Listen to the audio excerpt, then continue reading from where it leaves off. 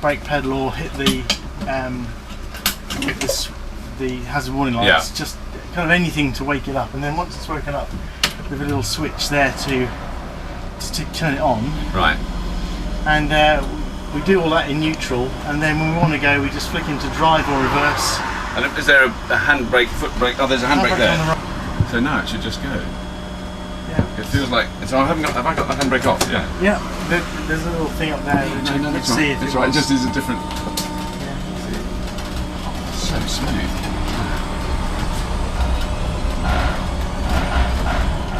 And will it turn? It'll do a turn in this width of road. Pretty much, yeah. Wow. Does it feel? Oh yes, I'm just making sure I'm not scratching anything. But wow, that is amazing technology. That's absurd. It just keeps going, doesn't it? That is absolutely incredible. That is because I mean, even a Transit or a Renault van, they wouldn't do that, would they? They haven't got that. Have they got that turning signal? No. Well, I turned here behind the Ford Focus, and the Ford Focus had a 3-point turn. Wow. In the same space. I'm going to pull in front of the Beamers so they can't get out. They look too flash to me. Absolutely. Well, I had planned to talk to you while I drove this thing, but there's nowhere on the windscreens to stick the camera mount, that thing, so I can't do it. So we're about to head off to London.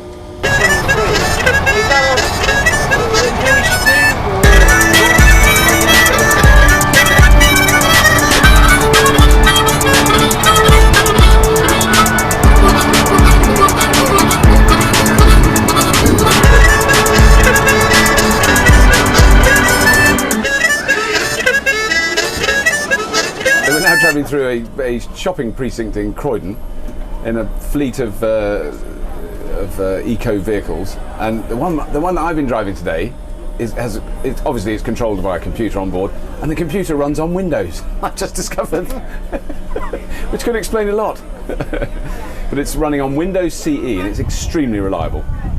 But it was just slightly alarming when we switched it on just then. The Windows thing came up.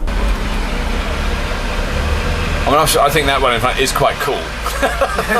If I had to have a hydrogen fuel cell car, I'm on that one.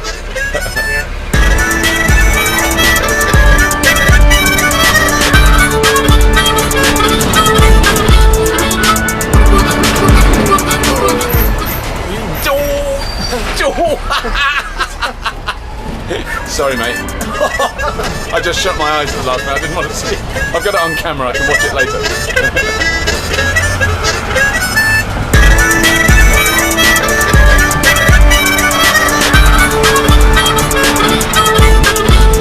So we nearly crashed into the car in front, which would have been highly embarrassing for the whole thing. We're just about to go past Downing Street. For you YouTubers from foreign lands, that is where the Prime Minister Tony Blair still lives at the moment. He won't be there long, because he's going to stop being Prime Minister, but you know about that. We won't talk about that now.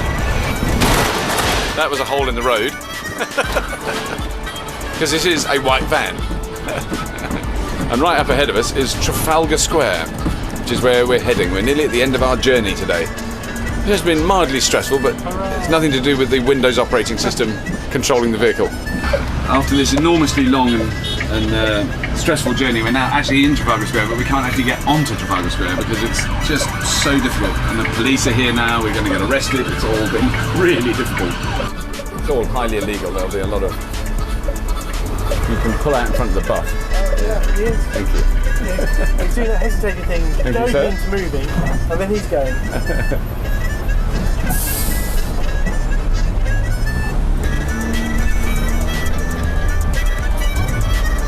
People don't know you're there, do they? They do not know you're there. Even with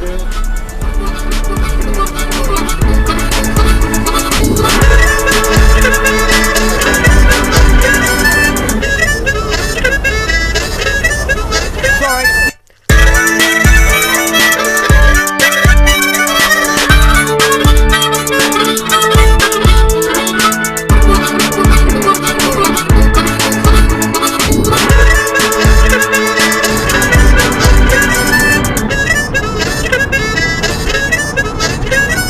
Makes you think though is how many cars there are in the world, how on earth we're going to change any of this. I mean, imagine a generation of people that could change what you're looking at now.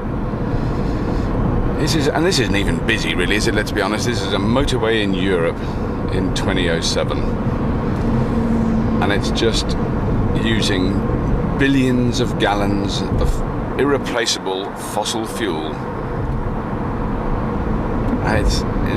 It is the most extraordinary thing. It's very hard to look at in context, in any kind of context other than what we're so used to it, so normal.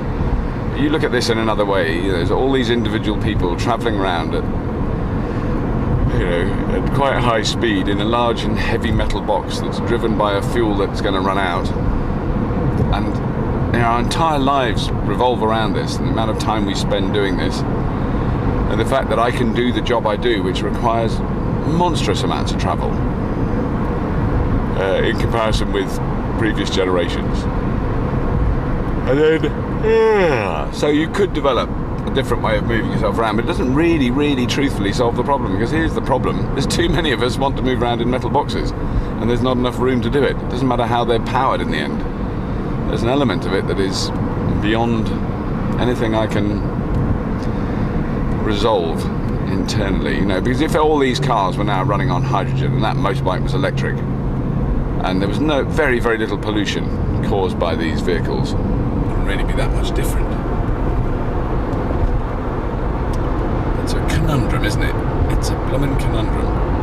Because certainly that technology is important, and it's important that it's developed, but it doesn't really solve how on earth.